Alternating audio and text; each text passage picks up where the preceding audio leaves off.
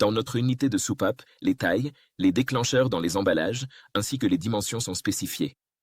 En fait, lorsque le code barre carré est scanné, les mesures peuvent être consultées à partir d'ici. En même temps, les parties des plaquettes ont également leur taille et déclencheurs indiqués dessus. Ce sur quoi nous nous concentrons dans les soupapes, c'est la précision de l'assise. Au niveau de l'assise, le meulage du diamètre et de la face arrière est effectué simultanément avec des tolérances de l'ordre du demi-micron. Nos tolérances de diamètre ont une précision d'ovalisation de l'ordre du demi-micron. En même temps, les tolérances de diamètre sont inférieures à 1 micron. Elles sont réalisées avec différents déclencheurs.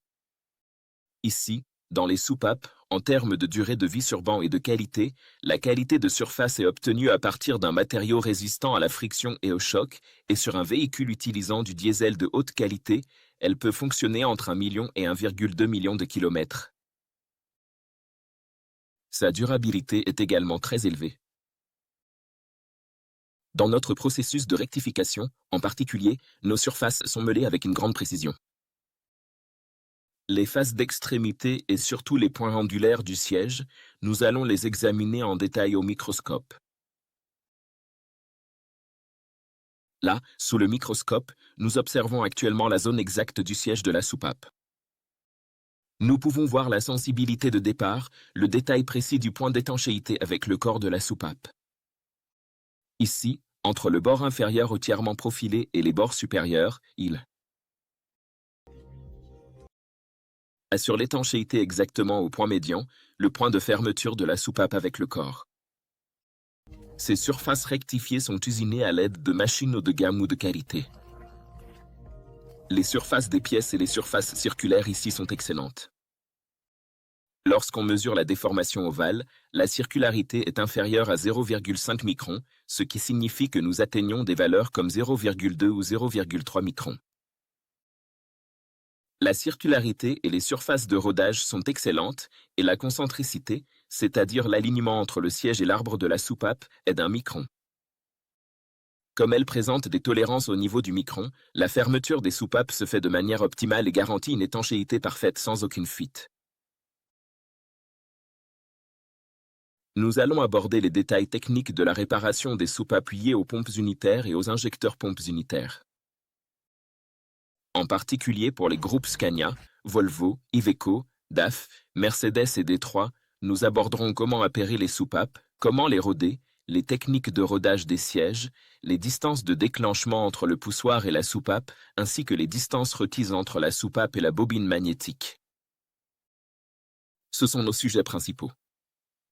Nous examinerons les défauts du siège de la pompe au microscope. Après le rodage des trous et le rodage des sièges, nous effectuerons des vérifications de mesure, vérifierons le déclenchement et terminerons le processus par un test d'étanchéité. Les matériaux que nous devons utiliser ici, et que nous utiliserons généralement, comprennent des soupapes unitaires et des outils de mesure pour différents types de déclenchement. Nos jeux de bouchons incluent des bouchons de différentes tailles utilisés dans les véhicules du groupe Mercedes. Nous avons également des bouchons de différentes tailles utilisés pour les véhicules Scania et Volvo. Nous disposons d'outils d'étalonnage avec des tailles de 0,01 mm.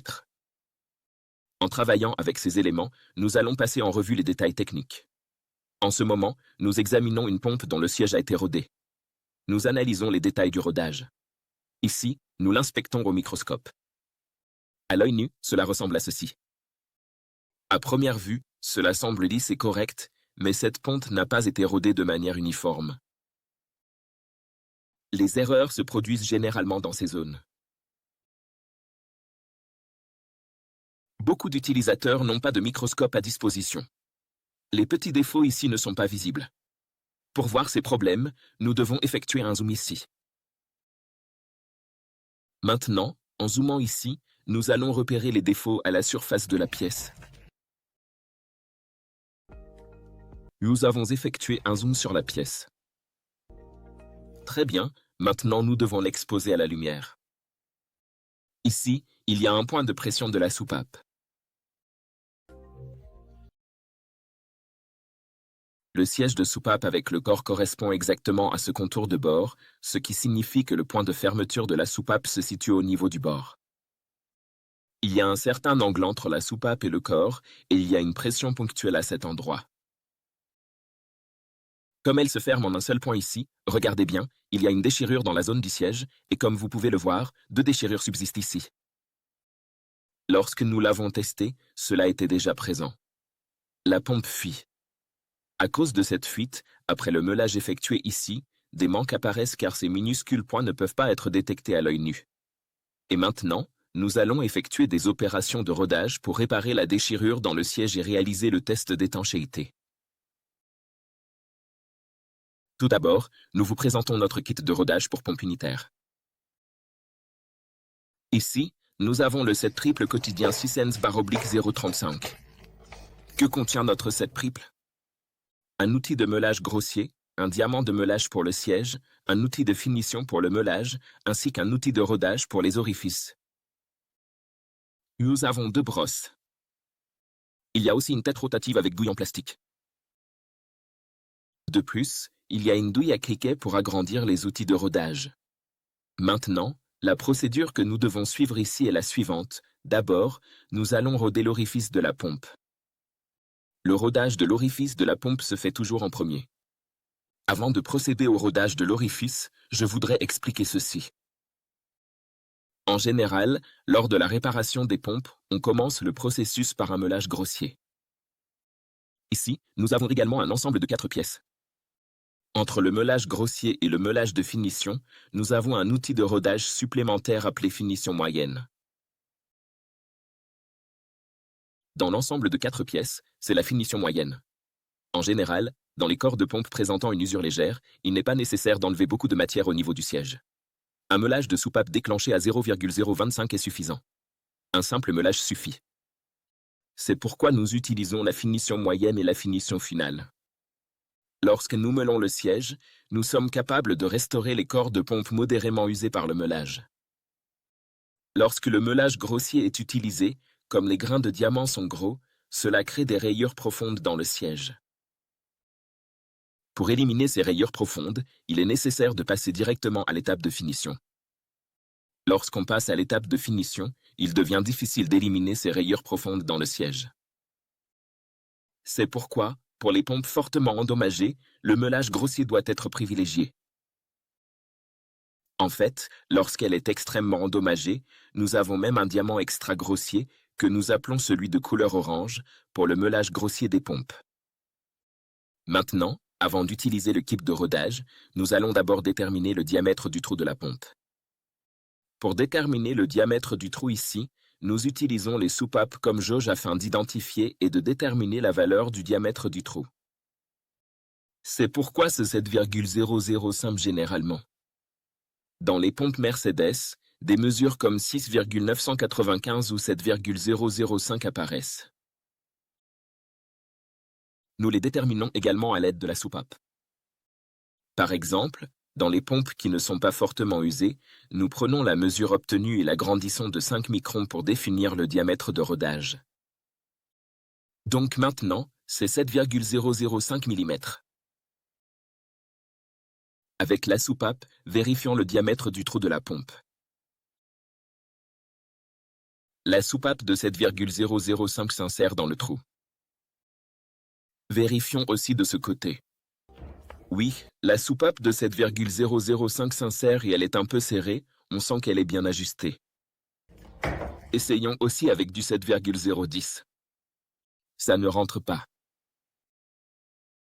En ce moment, le 7,010 ne rentre pas du tout. Nous vérifions à la fois par l'avant et par l'arrière. Ça ne rentre pas. Pourquoi vérifions-nous de cette manière? Pour voir s'il y a un quelconque cône dans le trou de la pompe. Gador.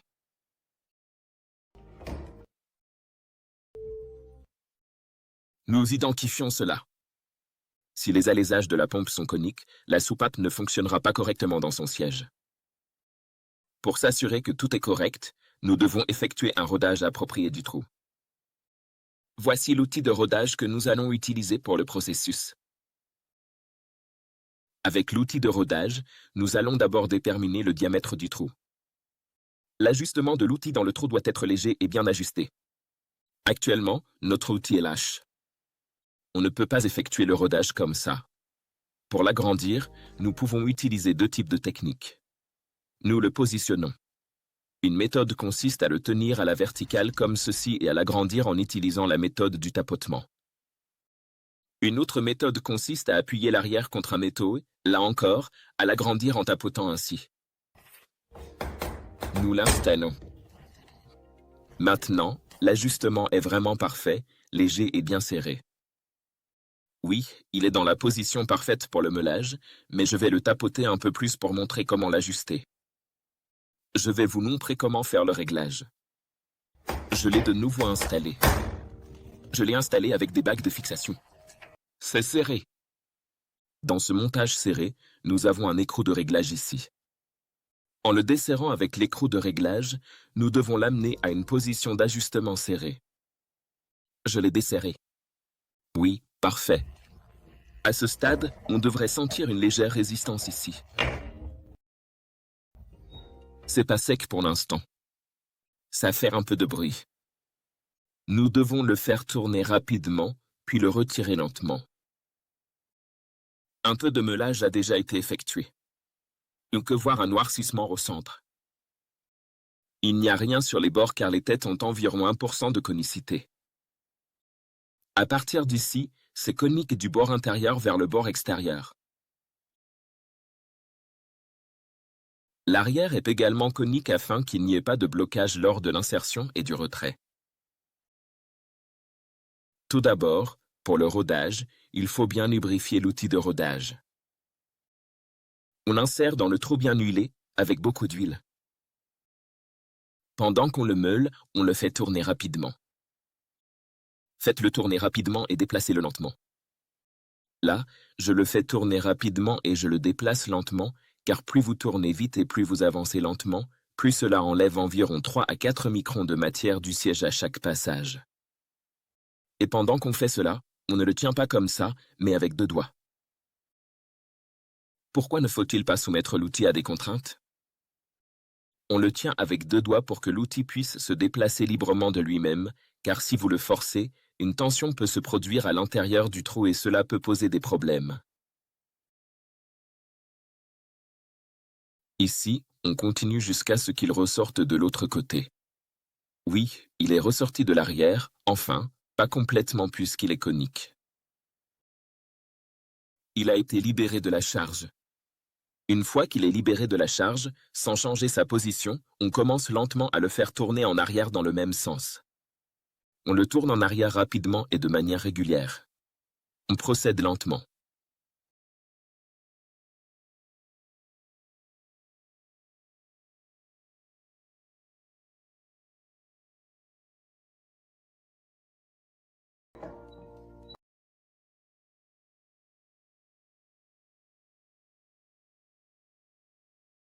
Quand on le retire, on accompagne délicatement avec le doigt en tirant légèrement.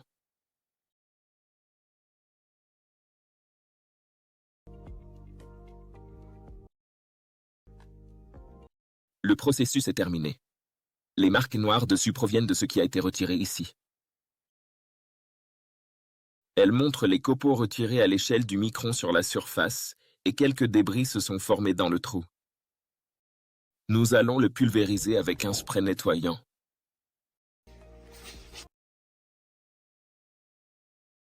Maintenant, vérifions la soupape.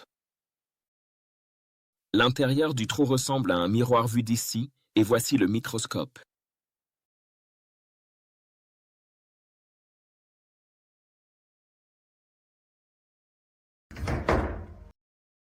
Ici, nous avons une taille de 7,005 et nous vérifions à nouveau. Le 7,005 s'insère très facilement. Il se déplace très doucement. Le 7,0001, nous testons A. Oui, le 7,010 ne rentrait pas du tout auparavant. Maintenant, le 7010 fonctionne très bien et en douceur. En ce moment, le 7,010 fonctionne parfaitement. Comment faisons-nous ces tests? La taille 7,010 s'insère très facilement à l'intérieur de celui-ci. Lors de ce test, tout comme nous avons testé la soupape supérieure plus tôt, nous avons vu que le 7,005 entrait, mais pas le 7,010. Ce trou s'est également élargi de 5 microns selon le rodage, et voici un 7,010. Quand on le lubrifie bien, quand on le passe au diesel, cela devient très fluide et lisse ici, et nous utiliserons notre 7,010. Comment allons-nous détecter cela? Nous conifions notre meilleur 7,010 avec un 7,005.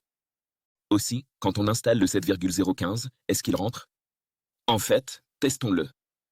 Il y a aussi des soupapes 7,015 là-bas. Quand on installe la soupape de taille 7,015, on devrait constater qu'elle ne rentre pas. Taille 7,015, je l'ai installée et elle ne commence même pas à entrer. Elle ne rentre pas. Je vérifie aussi par l'arrière. Malheureusement, elle ne rentre pas du tout. Pourquoi faisons-nous cela? Quand on regarde à la fois par l'avant et par l'arrière, la soupape 7,015 n'a-t-elle pas échoué à s'insérer? Nous confirmons que le trou n'est pas conique à l'intérieur et en même temps que nous n'avons pas effectué de meulage conique pendant le rodage. Certains amis font cette erreur. Ils utilisent l'outil de rodage à moitié dans le trou, c'est-à-dire qu'il entre, rodé jusqu'à la moitié, puis ressort. Alors, que se passe-t-il? Comme il ne va qu'à moitié, il ne peut pas meuler correctement la forme conique à l'intérieur du trou, et c'est là l'erreur qu'ils commettent. Dans une technique de rodage correcte, au moins les 2/3 de l'outil doivent ressortir. Nous allons traverser complètement le trou en tournant dans le même sens, puis revenir de la même manière. À ce stade, toute l'opération de rodage est terminée. Nous allons passer à la deuxième étape. Maintenant, dans cette pompe, le processus de meulage du siège, à la fois l'ébauche et la finition, a été réalisé. Comme vous l'avez vu plus tôt au microscope, il y avait une petite tache. Pour éliminer cette petite tache, je vais effectuer un passage de meulage de finition. Pendant le meulage de finition, nous utilisons ici notre dispositif de rodage. Ces dispositifs de rodage sont rectifiés avec précision selon une forme conique. Les trous dans ces bagues sont également usinés pour correspondre à cette même forme conique. Nous l'attachons ici et le mettons en place en utilisant le même système. Une fois en place, nous cliquons ici en fonction du diamètre du trou. Pour l'élargir dans le trou du système, nous devons le serrer.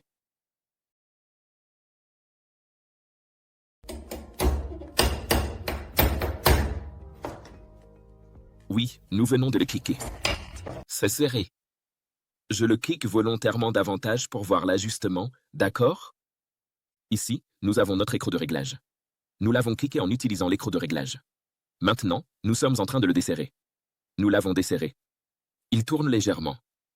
Nous l'avons encore un peu desserré. Nous le desserrons encore un peu. Juste ici, dans le siège de la pompe à ajustement serré multi-étage, il faut que ce soit bien ajusté mais fluide. C'est aussi là que se produisent les plus grosses erreurs. Notre soupape de taille 7010, nous l'avons retirée. Lorsqu'ils utilisent la technique de rodage quand dans le meulage du siège, ils l'utilisent de manière excessive, mais sans l'agrandir. Alors, pourquoi faisons-nous un rodage en premier? Pour éliminer l'ovalisation, la rouille et le cône intérieur que vous avez mentionnés, on perce d'abord le trou et ce n'est qu'après que le meulage du siège doit être effectué. Lors du meulage du siège, nous ajustons l'alignement de l'outil en le clipsant en place selon le diamètre du trou, comme vous l'avez dit. Après beaucoup de frottements, nous le meulerons avec lubrification. Cela le rendra encore plus lisse. Quel est le plus gros problème ici? Ils n'agrandissent pas cet outil en fonction du trou parce qu'ils ne l'agrandissent pas. Comme ils ne peuvent pas meuler correctement le siège dans l'axe de l'arbre, l'axe du siège et le centre du trou ne sont pas alignés, et quand ils ne sont pas alignés, des problèmes surviennent. Ensuite, il est impossible de fermer le siège selon l'axe du trou, et quand il ne peut pas se fermer, il ne délivre naturellement pas la quantité de carburant souhaitée. C'est pourquoi nous devons toujours adapter parfaitement notre outil à l'intérieur du trou. Nous devons le tarauder. Nous l'avons taraudé, et après le taraudage, On ne peut pas faire un meulage à sec comme ça ici, donc on le retire. Ici, nous avons un type d'huile comme celle-ci. Nous devons le lubrifier. Nous l'avons lubrifié et inséré dans le trou alors qu'il est encore huilé. Ici, il bouge avec l'articulation, il pivote. Nous avons une tête articulée ici. D'abord, nous devons le meuler à grande vitesse. Nous devons effectuer le meulage à grande vitesse. Cette tête pivotante peut tourner dans n'importe quelle direction sans se bloquer. Oui, on amène ici. En appliquant environ 1,5 à 2 kg de pression depuis le siège, nous allons effectuer l'opération de meulage. Plus ça tourne vite et plus la pierre est huilée, plus le résultat sera lisse. En le meulant ici, on effectue également une opération de finition. En général, on le tient droit comme ça et on verse un peu d'huile dans son réservoir comme ceci. On laisse le siège tourner librement avec beaucoup d'huile. L'huile dans le siège ne s'échappe pas. Je continue à meuler jusqu'à ce qu'elle parte. Pas de pression excessive, juste une pression normale de 1,5 à 2 kg. Il reste encore de l'huile dans le siège. En ce moment, il reste une petite quantité d'huile.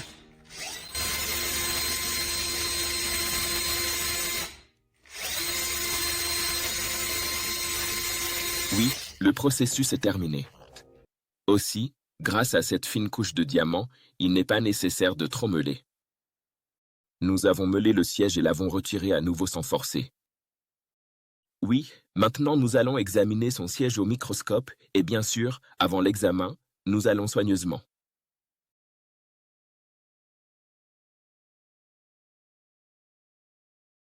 Là, nous allons nous concentrer sur le microscope. Regardez, que voir le siège d'ici. Le siège a le même aspect. Pour voir les détails, nous allons faire la mise au point et regarder à travers le microscope. En ce moment, nous sommes en train de regarder le siège de la pompe que nous venons de meuler et nous avons effectué un meulage de précision. Comme un meulage grossier avait déjà été fait auparavant, nous ne l'avons pas refait. Oui, vous pouvez maintenant voir les traces de meulage. Il a été meulé avec une grande précision et voici le contrôle des bords dont nous avons parlé plus tôt. Le contour du bord examinera toujours le détail sur le bord intérieur dans certaines pompes, car la soupape appuie ici et certaines personnes n'y prêtent pas attention. Lorsqu'on regarde au microscope, il faut voir ce bord tranchant comme une lame ici. J'augmente légèrement la même tonalité de couleur. Oui, maintenant ici, le trou, le bord, tout est lisse comme une lame de rasoir. Il y avait une petite bosse ici et elle a disparu aussi. Parfois, il y a une pompe ici et à force de frapper à cet endroit, elle courbe le bord du trou vers l'intérieur, le rendant concave. Cela façonne le trou. Quand il fait le trou, il meule le siège. Les gars meulent le siège, et quand on regarde après le meulage, on voit que toutes ces zones ont été meulées, y compris ici. Mais sur ce bord, dans les zones que le microscope ne peut pas atteindre, il y aura des marques sombres. Donc, quand le trou se courbe vers l'intérieur, la surface montre une différence de tonalité de couleur. Des bords comme celui-là ne sortent pas parfaitement tranchants. Quand on regarde la courbure avec un microscope de haute qualité, on peut voir clairement cette courbure. Mais les gens se laissent aussi tromper ici. Ils regardent simplement et supposent que le siège est parfaitement propre, mais il y a une usure excessive d'un côté de la pompe. À cause de cette usure, ce bord est devenu courbé. Ils installent la soupape, elle fuit. On meule à nouveau le siège, mais la soupape ne tient toujours pas. C'est pourquoi il faut toujours un microscope de haute qualité pour inspecter le siège du Pinco. C'est pour cela que nous vendons des microscopes. Nous avons des microscopes qui fournissent de la lumière par le dessus et même par le dessous. Quand la lumière vient d'en dessous, il est plus facile de détecter les défauts dans les contours des bords du trou. C'est pourquoi avoir un microscope est notre priorité absolue lorsqu'on fait ce genre de travail. Très bien, passons maintenant aux étapes suivantes, l'ajustement et le réglage des distances de déclenchement, puis nous vérifierons s'il y a des fuites.